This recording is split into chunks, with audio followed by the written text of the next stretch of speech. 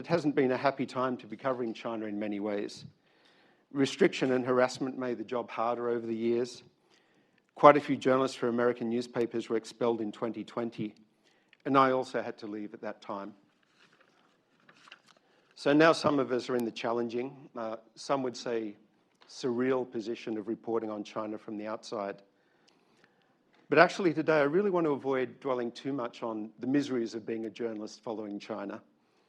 In fact, I worry that at a time when China matters so much to the world, we risk discouraging new generations from plunging into the adventure of learning about China, perhaps learning Chinese, perhaps going to China to study, and then carrying that knowledge and that experience into their careers, whether that's diplomacy, business, government, scholarship, or I dare say journalism. That trend is understandable given the real difficulties, and for some, the real security risks of going to China these days. But over time, the accumulated cost could be a loss of our pooled understanding of China and the great issues of its rise in the world.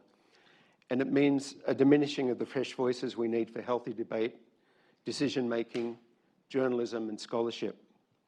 So there's one thing I most want to convey today. It's the fulfillment, the personal fulfillment that has come to me from a life as working as a journalist in and about China and now Taiwan. Not because the topics have always been happy or fun, they certainly haven't been, but reporting on China has allowed journalists like me, however briefly and superficially, to have contact with people who've lived through extraordinary change, facing choices and hardship that someone of my background would never have encountered in the normal run of my life.